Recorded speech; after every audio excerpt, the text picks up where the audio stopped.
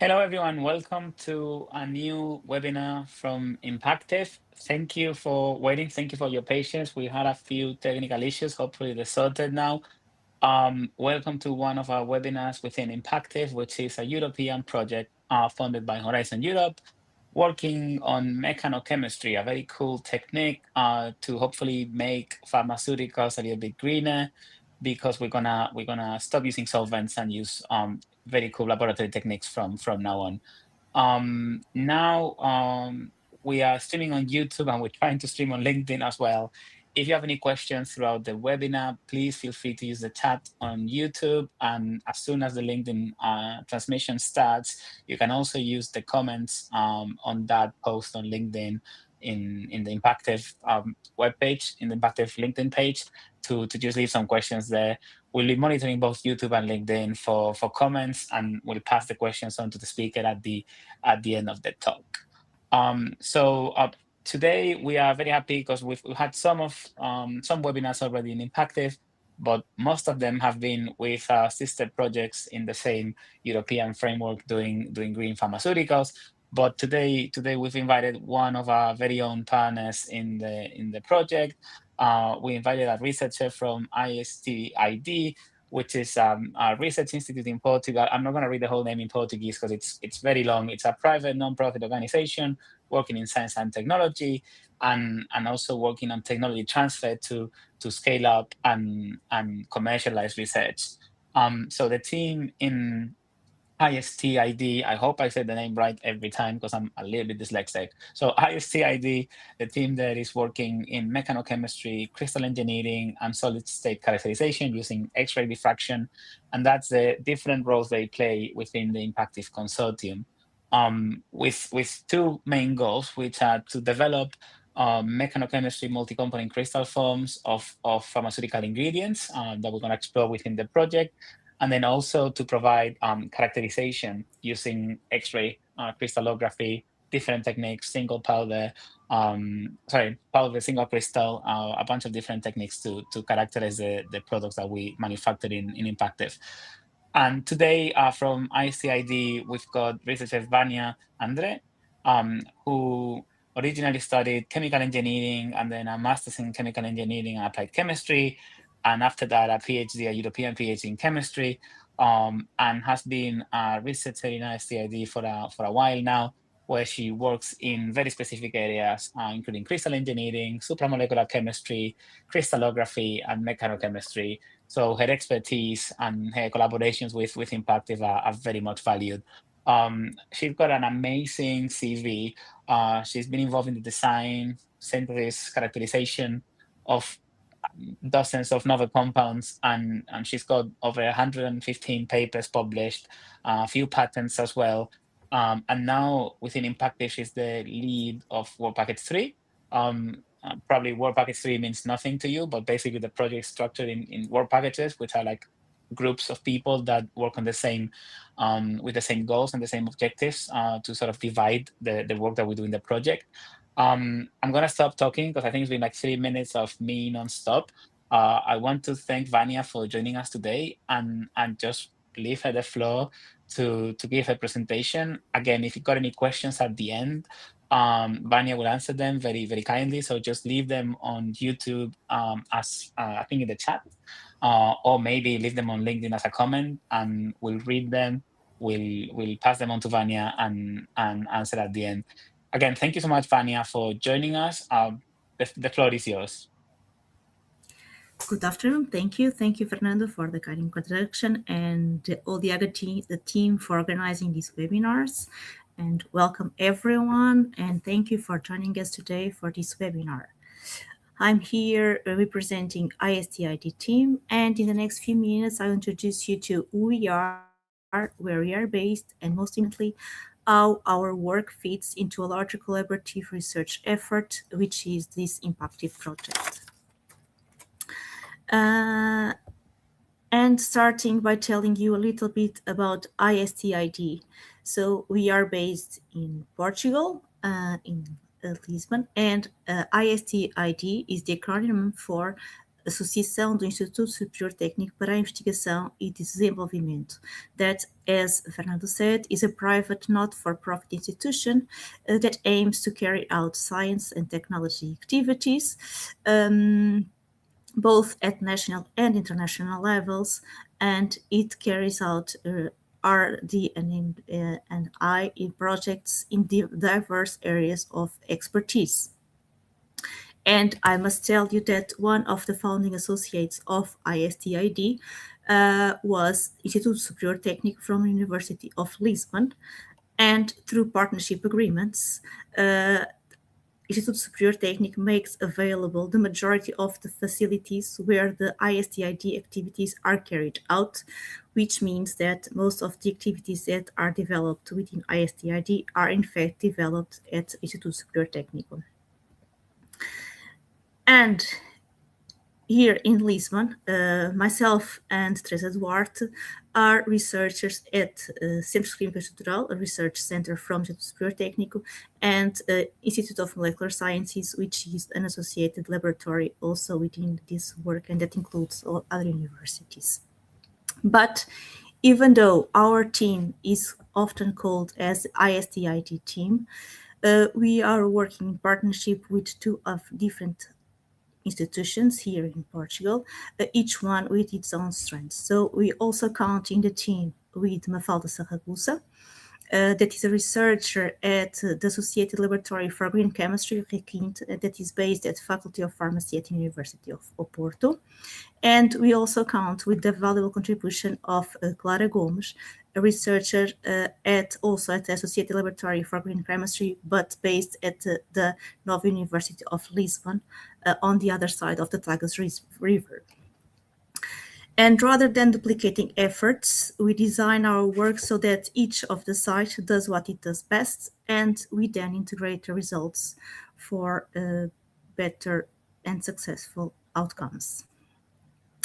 And of course, that this engineer team is assisted by a great team of postdoctoral research fellows that are shown here on this picture. And from the left to the right, we have Ricardo Teixeira, Jorge Dourado, Mani Otis, and Ana Karina Carvalho, who just recently left the team, but is still in strong collaboration with us.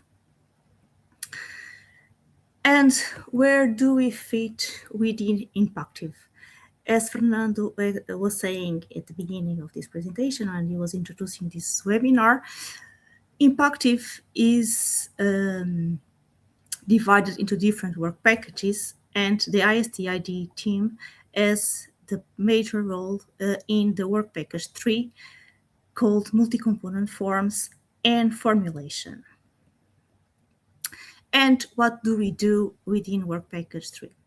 Well, the active pharmaceutical ingredients, or the drug molecules, are usually molecules that display multiple functional groups. And this means that they present multiple pathways that can give rise to new forms when we combine crystal engineering and supramolecular chemistry to develop new drug forms based on non-covalent interactions. And of course, that within IMPACTIVE, we need to do this by mechanochemistry.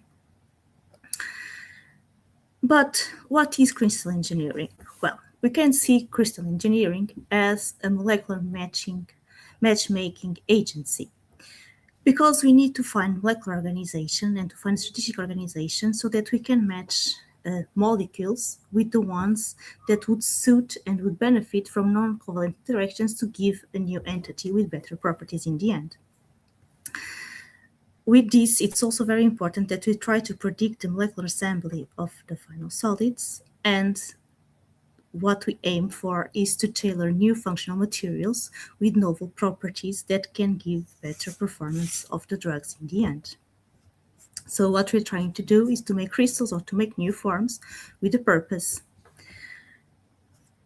Within IMPACTIVE, the forms that we are most interested in are in the development of new polymorphs and the new multi-component forms. Polymorphs correspond to the same molecule, the same chemical molecule, but combined in different molecular arrangements or in different conformations, while in multi-component forms we have the molecule of interest that is selected usually from the molecules that are being developed within work package 2, and then we need to pair them with other molecules or other salts to perform new forms like salts, hydrates or solvates, or co-crystals. And with this approach, we are able to develop new forms of all drugs, and we can obtain enhanced properties and or activity of the final compounds. I will go a little bit through how we do this process of combining two different entities to form a new one. So, as I said, we have an API that is selected usually from the molecules that are available from work package 2, and then we need to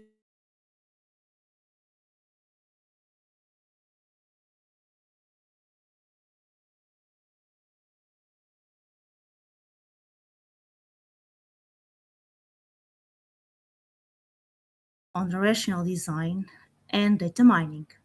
We quite often take advantage of the tools available at the Cambridge Structural Database that will give us hydrogen bond perempathy, molecular complementary studies that help us to draw full interaction maps, and we also studied the area of supramolecular syntons. If we really want to target specific co-crystals or salts, we also need to be aware of the delta pK rule that will tell us if we should get a molecular salt or a co-crystal. And this is what we are aiming for. So we are aiming to find coformers that can form this type of non-covalent interactions, like hydrogen bondings, to form supramolecular syntons.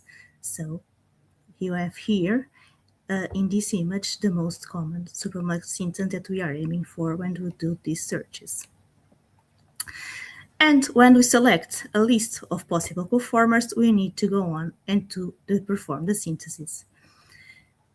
And regarding the synthesis could be done by multiple different types of synthetic techniques, but within IMPACTIVE, we are interested in developing mechanochemical methods for the synthesis of these compounds, either new or ones that are already existing and commercialized as multi-component forms, and that we want to optimize the synthesis via mechanochemistry.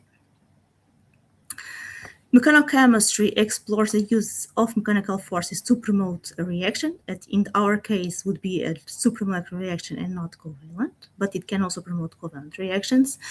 And it consists on grinding the reactants together to promote a reaction using no solvent or minimum amount of solvents. And we can explore different approaches towards mechanochemistry. We can use neat grinding, in which we use no solvent at all. We just use the solid starting materials to obtain the following compounds. Or we can have different approaches like the liquid-assisted grinding, ion and liquid-assisted grinding, polymer and liquid-assisted grinding, and these are the most common ones. Nevertheless, in all of these cases, we need to be aware that the amounts that we use for the solvents need to be very small, because we need to take into consideration this eta value that is expressed here, and that should be below 1. Mechanochemistry is a very straightforward and clean technique in which we get the desired product in high purity and high yields. It's an environment-friendly technique because it uses very, very little amounts of solvents, and it combines high reaction efficiency with minimal input of energy and solvent. Mechanochemistry is not new and it's not recent. It was already used without the intention, but it was already used in prehistory. It had a major rise in the last 32 years, more or less, and the IST-ID team joined mechanochemistry world in 2007, and we have been working on it since then. Mechanochemistry can be used using different types of devices that go from the simple mortar and pestle until the twin screw extruder that can be used for scale-ups, for instance. But here, IST-ID, we usually use mainly the shaker mill, even though in the IST-ID team, we also have some planetary mills that are available. Here, we have a video just showing you how the process of mechanochemistry would go. So we just combine the two solid reactants into a grinding jar. In this case, it's a screw stainless steel grinding jar. We put 2 balls inside. We add the 2 drops of solvent. So in this case, we were using liquid-assisted grinding, and we close the jar that we then put in a ball mill. As important as to have the reaction is the optimization of the process, and we can play around with the time of reaction, the frequency of the milling, the type of the grinding jars, the material of the grinding jars, the number and size of the balls in the mills, and we need to optimize all this so that in the end we get the product that we want. Here we are taking the product out. We just open the jar, and then we would need to scratch and to clean the material that we have inside. As I said previously, usually this technique is fast, is efficient, and it gives you high yields and high performances. Once we get our compound out of the grinding jar, we can go to the next step. And the next step would be the characterization. And in the IST-ID team, we also do several characterization techniques that include the X-ray diffraction and crystallography, melting point CSC, and so on. So, as said, our main strength is the characterization in the solid state, recurring to powder X-ray diffraction and single crystal X-ray diffraction. And we can use crystallography to get the structural elucidation of the new compounds, which means that if we get a single crystal, we are able to determine the crystal structure of the compound, and with that we can inclusively study the supermolecular arrangement of the compounds that can yield some structure properties relationships. But we then complement this characterization also with other techniques like DSE, TGA, the melting points, or the NMRs, and we are also able to perform shelf and accelerated stability studies. And why do we use X-ray diffraction and crystallography for the characterization? Because the X-rays have a wavelength in the electromagnetic spectra of the range of the angstroms, which means that we are in the range of the distances between the atoms in the molecules, and this is why we are able to get structural information from X-rays, but we need to use the phenomenon of diffraction in order to get that information. And I will not go into further detail into this, but this is how we get the structural information. And we can use single crystal X-ray diffraction and crystallography to get the crystal structure of the compound, as I said before, and if we also have powders, and when we have powders, we can use powder X-ray diffraction to do phase identification, phase quantifications, and in the cases in which we have temperature variations along the time, we can also study phase transitions using powder X-ray diffraction at variable temperatures. Here I have some images of our powder X-ray facility. This is how we mount powder sample in the diffractometer. These are images of our two diffractometers here at the IST-ID. This is an image of the high temperature chamber that we can use for the phase transformations with temperature, and what we get in the end is a graph to theta versus intensity. For single crystal X-ray diffraction, we need single crystals, and we have them here under a microscope. Then we need to mount the crystals in these tiny loops, and the crystals are very tiny. We are talking about crystals of approximately 0.2 millimeters, so they're really, really tiny. And then we analyze them in this type of diffractometers. We have two also, and we also have one that is not represented here at Universidade Nova. And in the end, we get out of this crystal structure of our compounds. And this is our main expertise. And to conclude, I want to leave you with a case study that we are under the publishing process now, and that has been developed in collaboration with all the other teams in Work Package 3. UCL, led by Tom Lysons, CSGI from Parma, Alessia Bacchi, Trinity College, Lydia Thatcher, and also with Work Package 3, University of Montpellier, with Evelina Colacino leading the team. And in this case, what we did was we explored lenalidomide, which is marketed as Revlimid, and it is an immunomodulatory drug used primarily to treat multiple myeloma and certain types of lymphoma, but it has a notable risk of serious side effects. And what we decided to do was to make data mining and try to find possible conformers that would benefit and would change a little bit the properties of lenalidomide. And from the list of possible conformers, we add a positive hit for the quercetin. We have the both molecules represented here, and for this system, 3 different types of synthesis were carried out. We had the bone milling, the RAM, resonance acoustic mixing, and the slurries, all of them yielding the new co-crystal. We were able to grow a nice quality single crystal of this compound, and so we're able to determine the crystal structure of the compound and to analyze the supramolecular packing of the compound. And what you can see here on the right side is exactly the analysis of the syntons that were formed between the lenalidomide and the quercetin molecules, and that gave rise to the formation of the new entity by the combination of both starting compounds, the quercetin and the lenalidomide. Once we have this, we can complement the analysis of the supramolecular arrangements by performing an Hirschfeld surface mapped analysis.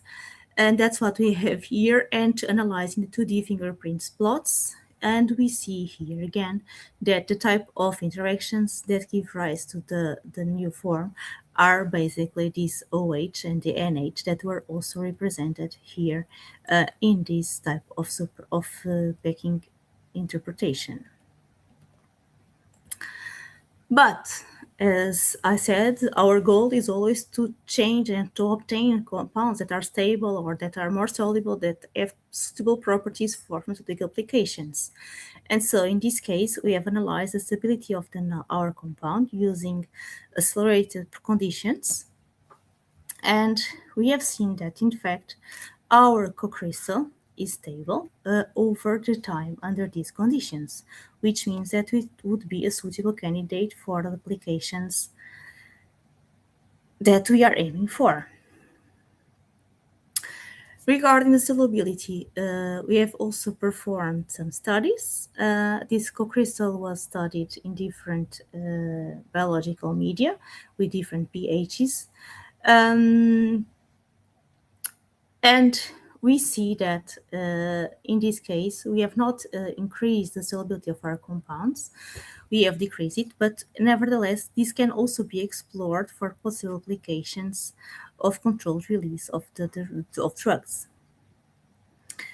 And so, with this example, we have shown you that we were able to design a new multi-component pharmaceutical system. We have performed solid characterization and it was successful by different types of techniques. And we were able to study different properties like the stability and solubility of the compounds.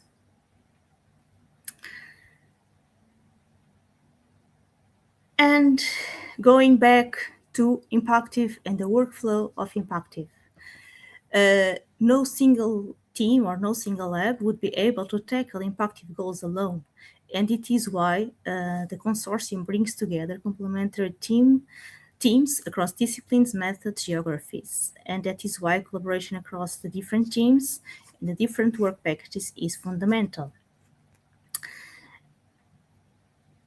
And so, even though our primary work is the development of multi-component forms, we are also strongly engaged in the characterization of solid-state compounds for work package 2, work package 5, and we have basically collaborations with all the work packages and many different teams that work with IMPACTIVE.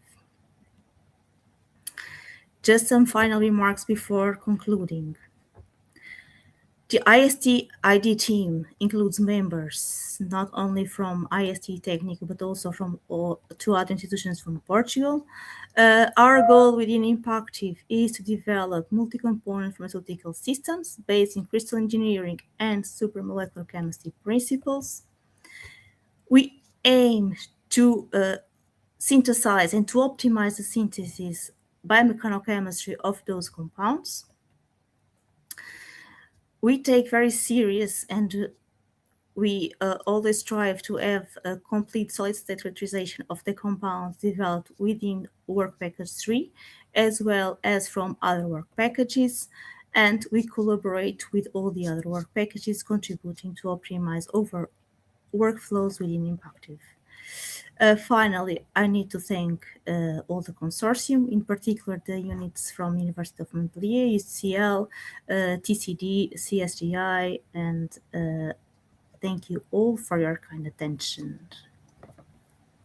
Thank you so much, Vânia, for a very nice presentation. I really like how, like outreach it was to like approach everybody in the audience to explain what mechanochemistry is, and most importantly, what co-crystals and polymorphs and multi-component crystals are, and why they're important for pharmaceuticals. So thank you so much for giving such a clear explanation. While we wait for the questions from the audience, just a kind reminder for everybody watching, you can do that whether it's on comments on LinkedIn or just using the chat, the Q&A chat in the YouTube live streaming. While we do that, I had a few questions of my own. Basically, I mean, the last one is kind of related to actually your last slide, because you showed obviously a bunch of logos that are involved in IMPACTIVE. We've got many partners in Europe, including two big pharmaceutical industries. How important have you found collaboration to be in this development of not only of new drugs, but also new methods in mechanochemistry? How important is collaboration between institutions in the consortium? I think that is very important, and it's one of the major points of this IMPACTIVE is to have these partners also on board, because we are mostly academic and their point of view is very different, and they are able to tell us exactly what industry is aiming for, so that we can target our research and our experiments towards what they are aiming for. So definitely this inclusion of industrial partners helps us to guide our research towards what they need and towards real applications of the academic work. Yeah, I think it's really cool that we get to collaborate between so many different institutions. Also, obviously, you've mentioned a lot of mechanochemical methods, including ball milling, resin acoustic mixing, and a bunch of others to make co-crystals. But can you comment a little bit about the different methods for synthesis as well, like to prepare new drugs from scratch, not only the co-crystals?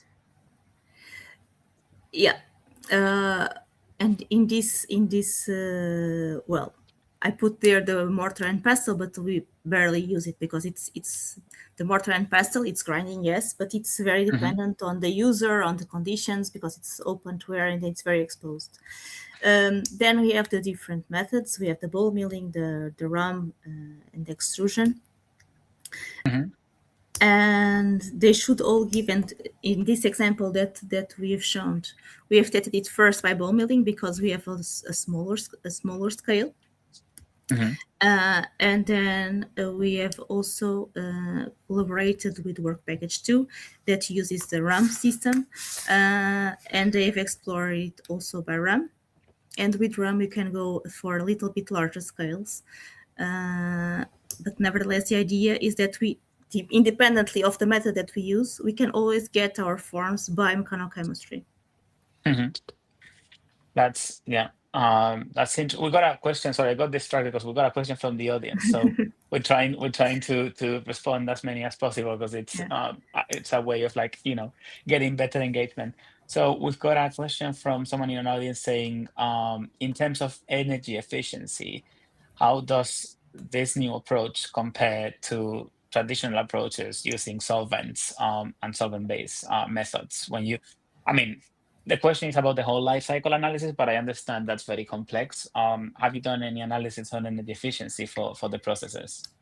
This is done by another work package. Mhm. So we are. That's why we are also in collaboration with Work Package 6, because Work Package 6 is the one that is dedicated to this. It can depend on the full process, but for simple cases, we can have really more efficient process. So in general, it tends to be more efficient to use mechanochemistry. Yeah. I mean, especially in the whole value chain, you reduce Yeah. the reliance on solvents. So I'm assuming it's not only the production, but also the weight they involve, the big volumes, transporting Yeah. everything around. Yeah. Because And from my times in the lab, also like recycling and disposing of everything safely, and separating halogenated from no halogenated. It's a lot of work and a lot of extra effort. So I'm assuming, it's more efficient. because life cycle assessment needs to take into account everything, all the process. So So in terms of we've got some notes from your abstract also saying that you also work in a lot of computational techniques using data mining and analysis to assess which mechanochemical strategy could be more efficient and more interesting. In a way, it's like rational design of the co-crystals and the drugs. Could you comment a little bit on that? well, the rational design is not for mechanochemistry itself. The rational design that we do in the data mining is to select the conformers that we can use then for the synthesis, either by solution or either by mechanochemistry. So that part is not dependent on the mechanochemical part. Okay. And we mostly use softwares that are available from the Cambridge Crystallographic Data Center that we put the molecule of interest, and then it makes the analysis and it retrieves possible conformers and possible interactions that will lead to new multi-component forms. And once that is, thanks for clarifying. And then once that is done and the co-crystal is synthesized, I know you presented the results of a paper, but what's the next step? What would be the next step in after the paper? Would it be maybe trying to work with some of the industrial partners in the consortium to scale up the technology and try to take it to the market? Yes. Within the IMPACTIVE, we already have some work packages that are devoted to the scale up. So it would be to inside try to test the scale up and then try to find an industrial partner that would be available to test it also. And then maybe what do you think is the biggest struggle that you face when preparing new co-crystals and new products with mechanochemistry? Is it at the beginning with the rational design and the thinking of the how to prepare the co-crystals, or is it more at the scale up process, or is it just in between? One of the biggest challenges, and to find a co-former that would work, the perfect match is difficult, and sometimes it takes a lot of experiments to try to find and to try to make it work. So we need to optimize the reaction conditions so that we get the compound and to get it pure. I mean, it's fun. It's funny that you mentioned the purity, because actually we just got another question in the chat, talking about metal contamination, because apparently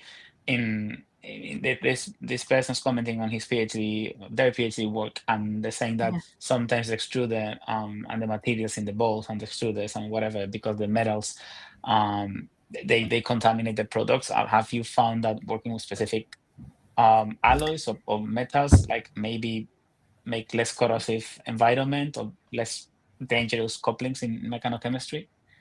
Yes, that can happen. And for instance, when using the ball mills that we use, we can try to avoid it by using zirconium grinding jars, for instance. And with that, we would avoid the metal contamination.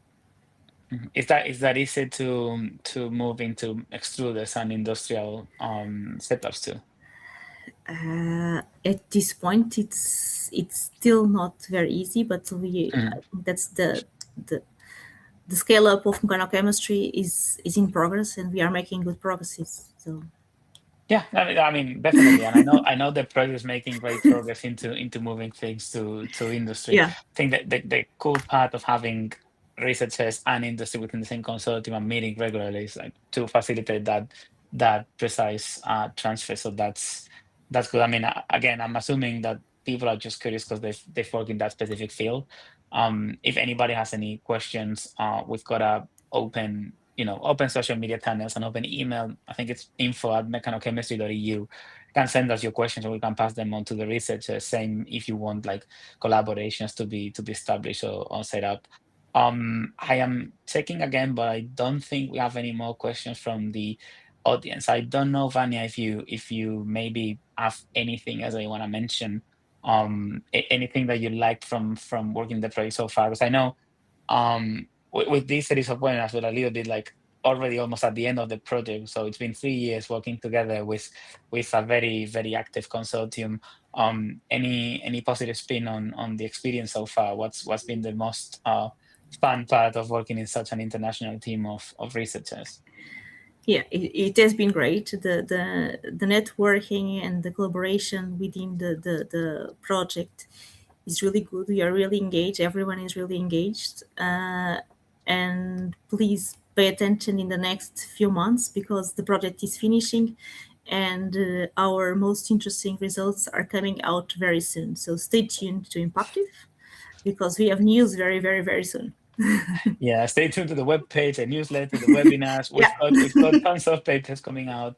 Hopefully, we can speak about the patents soon. But patents yeah. are very hush hush until they get eventually granted and published.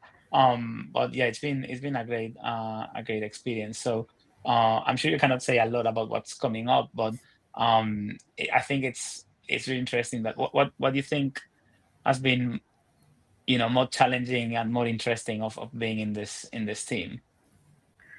I think one of the most challenging is related to the first one of the first questions you asked, which is related to the industry and the industry partners, because this project is focused in giving industry what they are aiming for. So sometimes we need to think a little bit outside the academic way of thinking, which is let's explore everything because that's what we do in academia.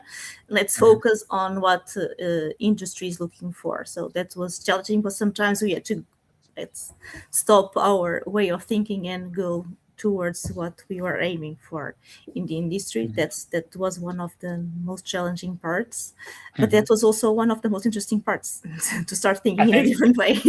I think always the challenging parts are the more interesting. Also, I Yeah, was thinking of the educational platform that's gonna be like sort of a milestone that we leave for further, yeah, for the people working in mechanochemistry. We're gonna leave that online. I mean, I was gonna say forever, but I'm not sure how long that will last. But just hopefully the materials and the learnings of the project, like the methods, the papers, anything that can be shared, we're gonna leave in the educational platform. So I think that's also pretty cool for people studying chemistry and doing a PhD in chemistry because they'll get to learn about mechanochemistry from the ground up instead of just learning as a mention or a footnote in some organic chemistry book. It's gonna be like a main thing in chemistry very soon. Um, since yeah, we don't I have hope any so. more questions from the audience, just want to thank you again, Vanya, for joining us today. Again, the presentation was super clear, easy to understand. I love all the illustrations so that they have examples of like all the different parts of the processes. I had a question about what a co-crystal is, but clearly that was like maybe your second, third slide with the different icons on polymorphs and multi-component crystals. So that was very, very clear and very, very easy to understand. Thanks again for joining. I just want to reiterate. I mean, you just did, but if anybody wants to stay in touch with the project, maybe go to mechanochemistry.eu. That's our main sort of point of contact, our main webpage. If you want to subscribe to our newsletter, it's totally free. We still have a few webinars to go, so subscribe to the newsletter and check out the webpage to learn about the new webinars. We'll keep doing this YouTube and LinkedIn thing if it keeps working, because we get to reach more people. Also, the webinars stay recorded on YouTube. So if you want to check it out again and rewatch the presentation at any time, it's going to be there. And we're also on social media. We're very open to answering questions and open to new collaborations, new consulting, and new projects. So thanks again, Vânia. I've got also a tiny note on my actual notepad saying a big kudos to the Portuguese team all across the different institutions, because you've been super active and super nice all throughout IMPACTIVE. So it's very nice to have you representing them. And yeah, looking forward to hearing more about the other Portuguese institutions and the results, because it's been a real pleasure working with you. Thank you on behalf of the entire team. Cool. Thank you again. Muito Thank you, obrigado. everyone. And yeah, see you soon. Obrigado. Thank you.